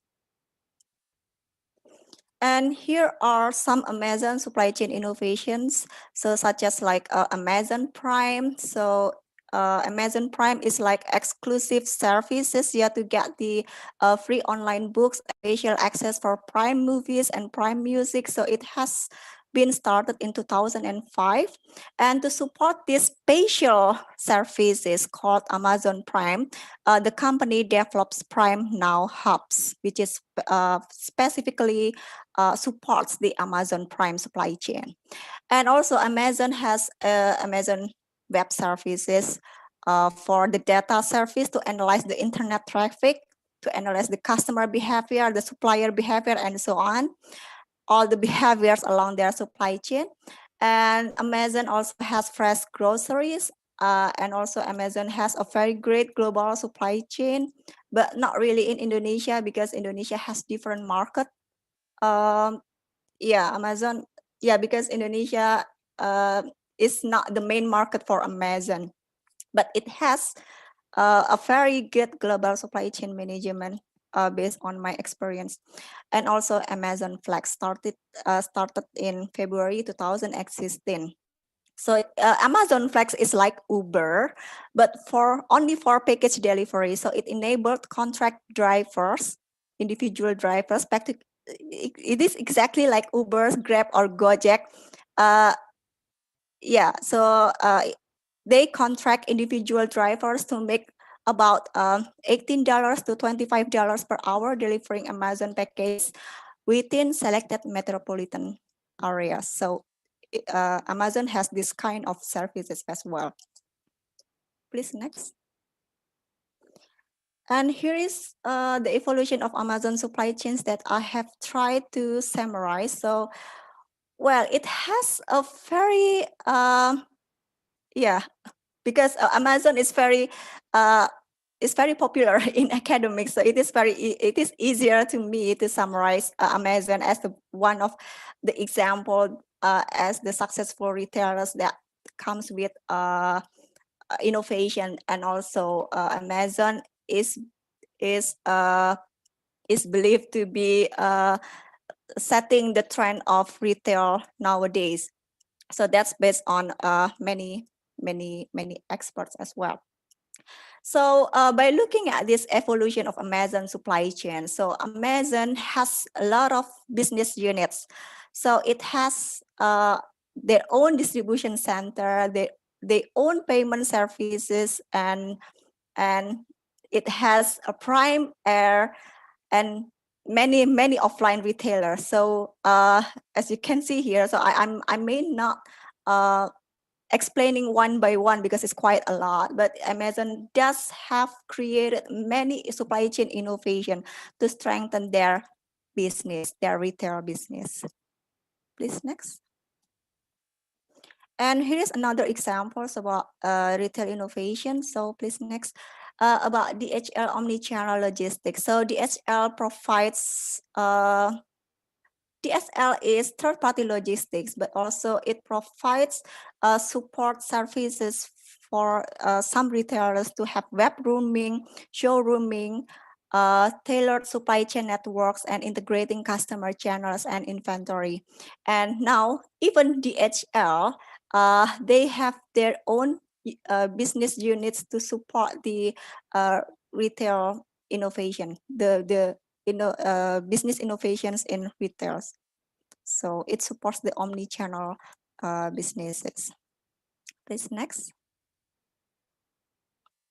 And talking about the future, so basically, the retail business is dynamic because of many things needs to be achieved by the retailers, by the companies. So, and also nowadays customer wants to have a better experience when they are shopping. So experiential retail is believed to be the future. And even though we have heard about the decline of physical retail and the rise of internet, however, the desire for retail experiences is still on the rise. So based on a study saying that many customers still prefer to shop offline rather than online. So it means that there is still an opportunity for having offline retail, but still needs to be supported by multi-channel retail because the marketing is performed in multi-channel nowadays. So it means it requires a very good support for the supply chain to successfully support the multi or omni-channel marketing approach. So so experience is very important for the customers. And it needs to be supported by the supply chain. Okay, please next. Sorry, my internet connection seems, I hope it is okay because the screen sometimes freeze, but I hope it's okay. Right. And when we talk about the current challenge in retail, so this is just a simple illustration that I summarized from HBR, Harvard Business Review. So this is an illustrations I got from HBR article. So as you can read here in this slide, it is illustrated a young couple visited a superstore called Benji's Superstore. They pointed a smartphone at a Samsung 50-inch Ultra HD TV, and then they used an app, Amazon, to find an online price for it. So I think this is a common practice for us as well. Sometimes we are going sightseeing in a retail and we are interested in some goods, and then sometimes we check the price online by using Shopee or Tokopedia application, and then we compare the price at the offline store with the Tokopedia application. And this situation makes the retail owner unhappy and worried. So please next. So the main problem in this illustration, please next. So in the previous slides, it is mentioned that most customers still wants to shop offline because they have a much better experience in doing shopping rather than doing it online. But in opposite, this real life shopping, as illustrated in this slide, so this real life shopping experience that couples are having at Benji's Superstore is helping them to decide which TV to buy. If they order from Amazon, so the shop owner think that they are basically stealing that experience and cheating Benji's, because Benji is providing the customer the great experience, but it doesn't make the retailers make the potential customer to buy their product. So in this case, the retailer needs a strong strategy. So the strategy is not only about the marketing, because marketing strategy will be successful if it can be supported by the main backbone of the retailer, which is the supply chain. So yeah, so it needs two sides to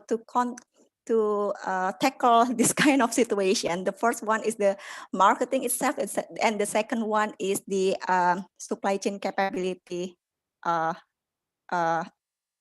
well. So this is a complex situation that most retailers face today, that it is very not easy to control the customers, to not compare the price with the online shopping. So in this case,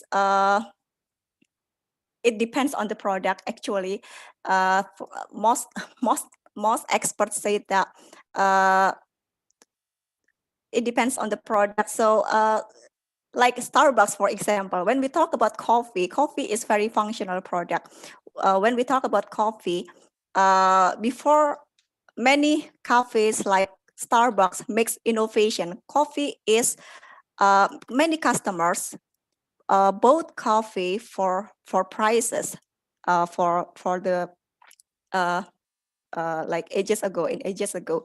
But nowadays, many innovations can be offered by the retailers to make coffee to be more valuable to the customer. So the customer makes the decision to buy the coffee is not because of the price, but also because of the value. So in this case, the retailers has a complicated challenge to add values to the customers. Please next. And here are some retail supply chain in the future. So I'm trying to speed up my presentation. So the differentiators starting from today are response time, supply and demand flexibility, and convenience for the customer.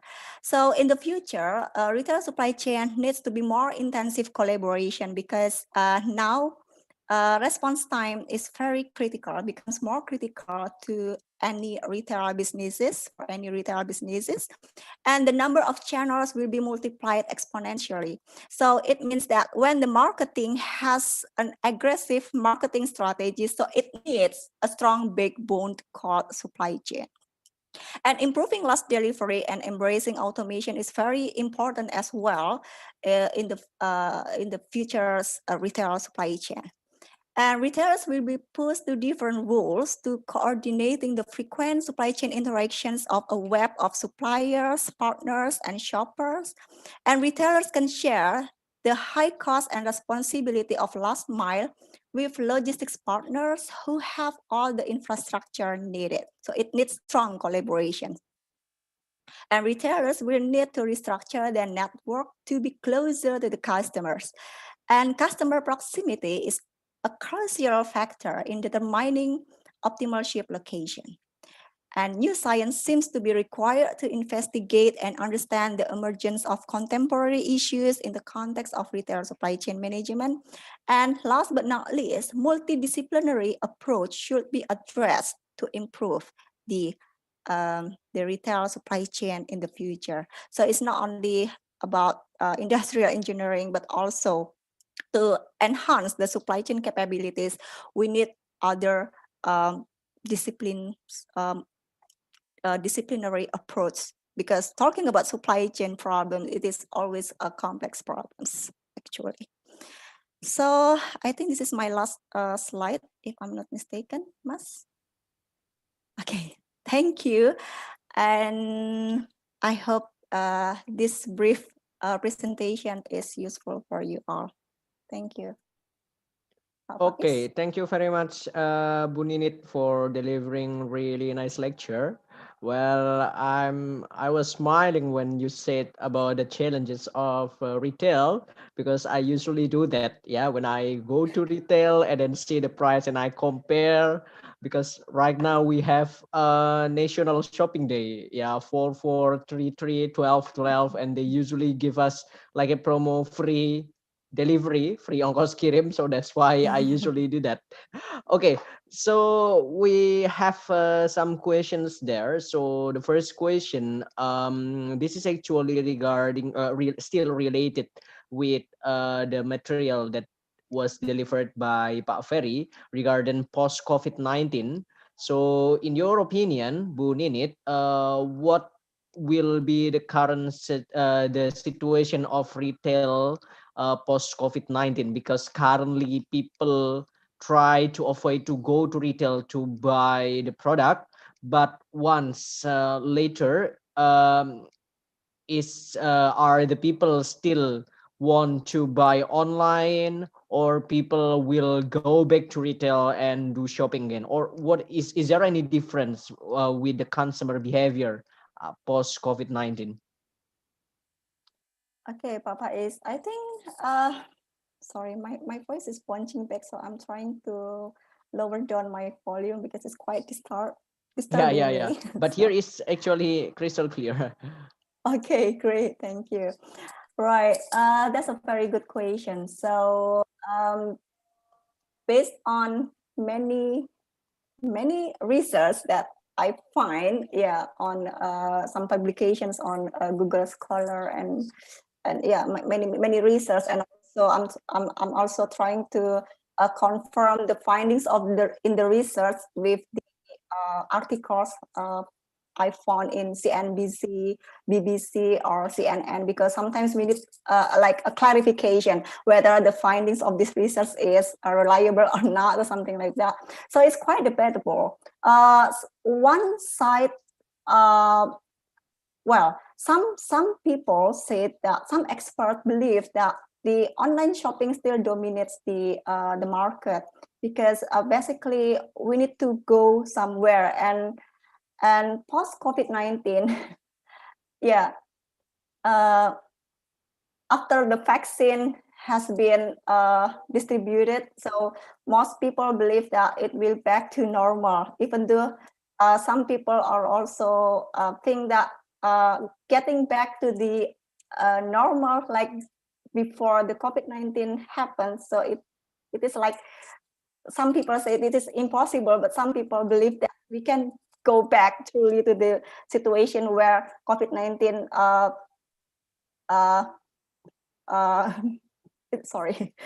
before appears the COVID-19. So so it depends. So but what we can say is that having shopping online and offline is still exists, but and also talking about the channel of retailing, it will be more aggressive.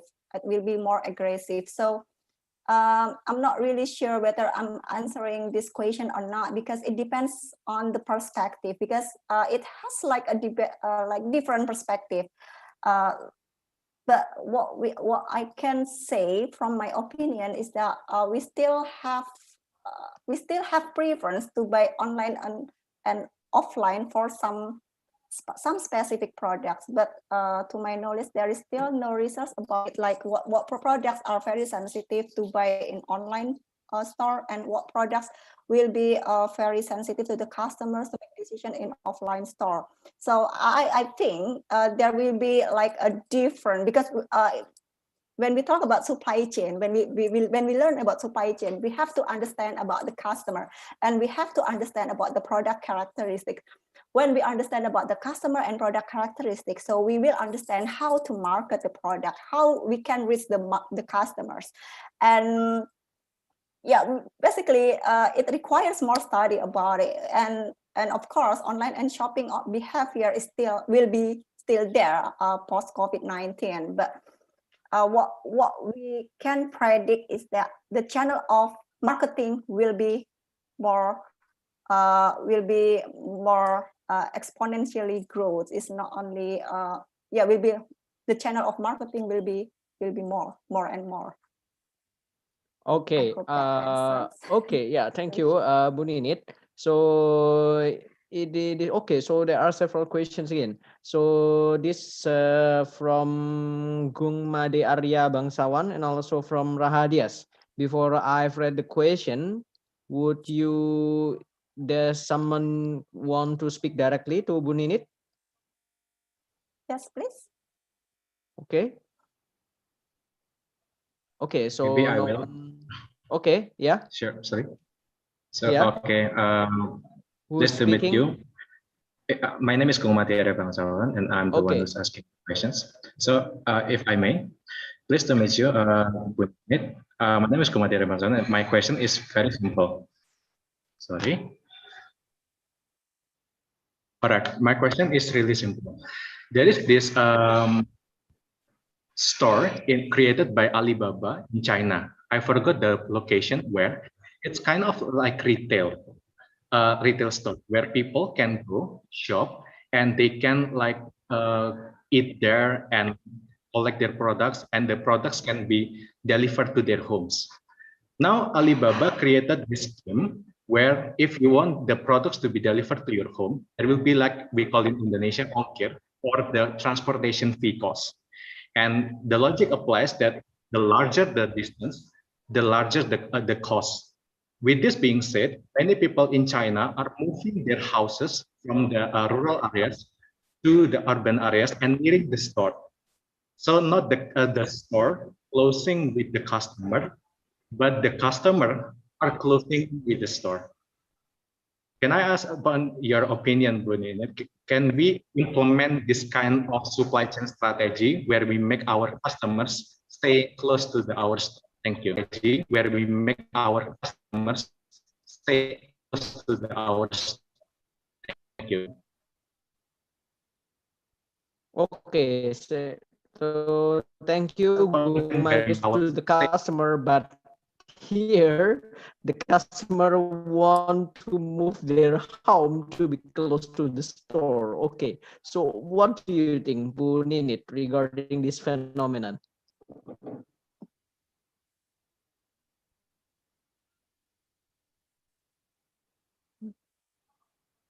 Right.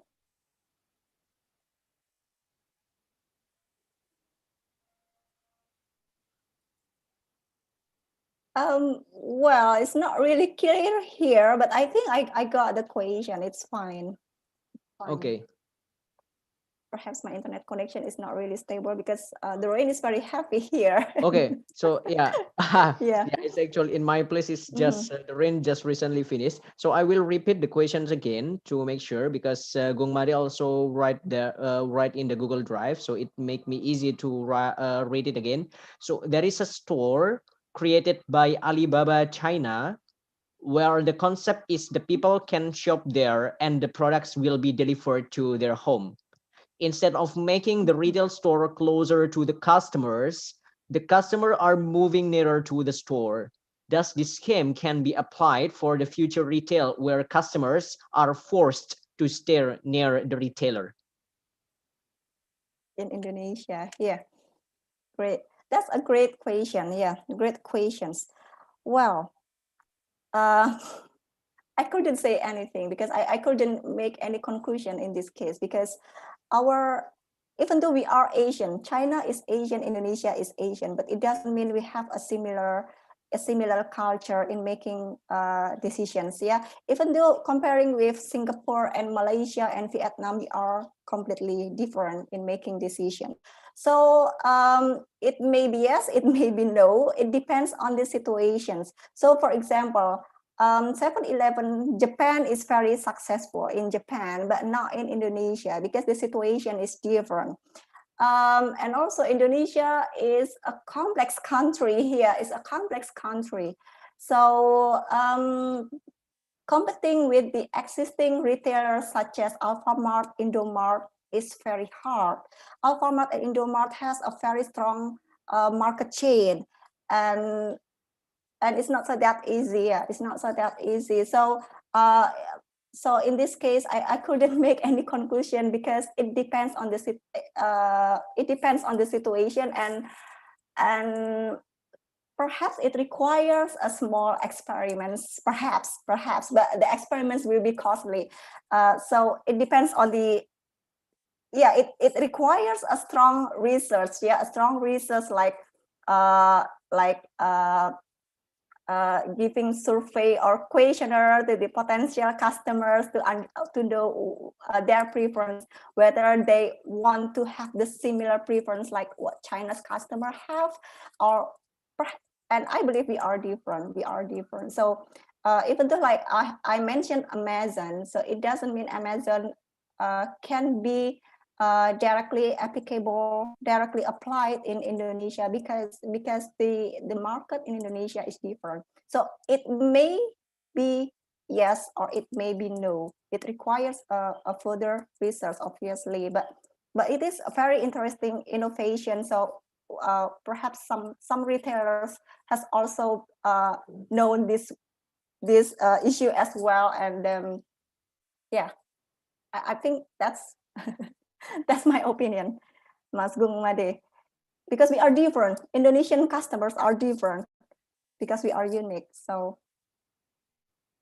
even to be our Asian as well. Thank you, Ms. Niniet. Very perfectly clear. Okay, great. Thank you. Yeah, thank you, Punit, for the answer. I think that's still interesting because, like, I think it's the important point of the retailer is they should understand their customer behavior. Yeah, if the consumer want to come to the store, then they can do the strategy like that. Like IKEA, as we know, like they can force the customer to be their worker. I mean, like the customer assembly the product itself, like that's a wonderful strategy, one of the wonderful strategy. Okay, so we have another questions here from Rahadias BW. So learn to Benji's case, we know that the lack of service from online commerce is about customer experience.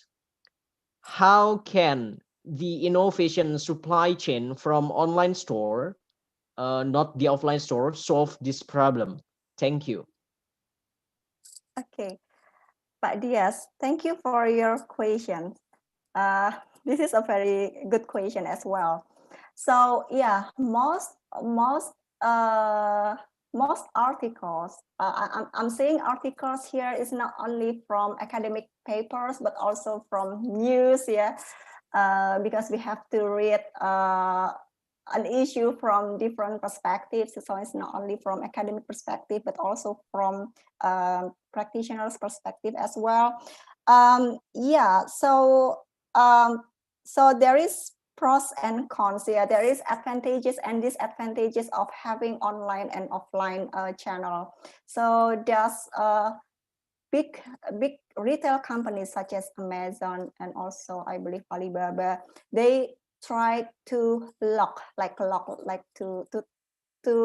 retain their customers by making multiple channels of marketing, including establishing the offline retailers as well. But I think the number of offline retailers is not as much as the conventional retailers, because nowadays customers can buy online as well, but they can connect the marketing strategy from offline retail and online retail, because offline and online retailers have their own advantages, have their own, like offline retailers is very good in providing a customer experience, because I think like me, I'm happy to see the goods, and I can touch the goods and I can feel the good, and particularly buying clothes, I can try clothes before I make the decision whether to buy the clothes or not, rather than buying it online. But yeah, I think but again, it backs to the budget of the company, because sometimes it depends on the budget of the company as well. It is from most cases, it is suggested to combine online and offline experience to optimize the customer experience. But again, this will lead to another supply chain challenge, because when the retailers have multiple channels of marketing, so it requires a more complicated supply chain to manage the inventory, to manage the stock availability, and to manage the information of flow. Because when we talk about supply chain management, we also talk about information management along the supply chains. Because one factor that makes customer happy is the stock availability and also the time. And talking about time and stock availability, it is obviously supply chain capabilities factor. Okay, well, thank you, Bu Niniet, for the answer. Well, of course, it is really interesting, the topic, yeah. I think it's about the omni-channel or multi-channel, yeah, Bu, yeah. If we talk about the stock availability, it always become the trade-off between the retailer and also the customer. Customer want the product 100% available in the store, but on the other hand, the retailer want to minimize the stock to keep the inventory cost to be lower. Okay, so thank you, Bu Niniet. Well, I think we are reaching the end of the session because it's already 5:31 p.m. And then, yeah, this is a little appreciation from us to you, Bu Niniet. Thank you very much. Thank you.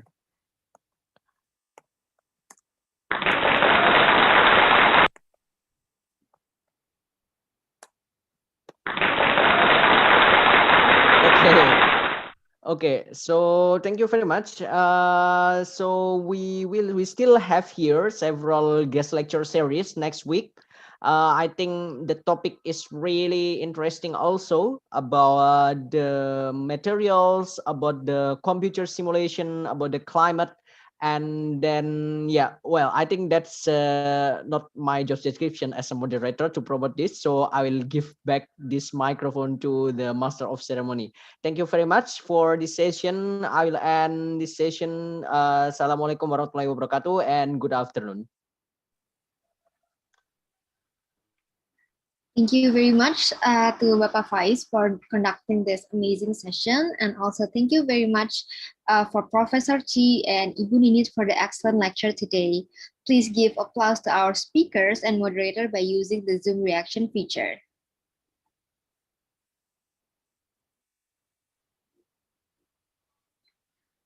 Thank you. And since we have presented the certificate awarding, now we will proceed to our next agenda, which is a photo session. And we invite you all participants as well as the honorable speakers and moderators to take a group photo. So to all participants, please open your camera.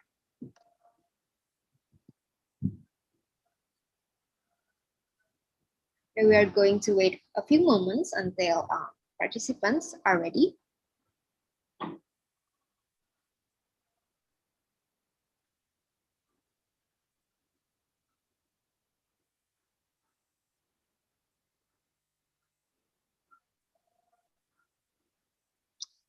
Okay, since there are some people are ready, so I think let's just start this photo session. So I will count to 3, and since there are a few slides, please keep your smile until we finish the photo session.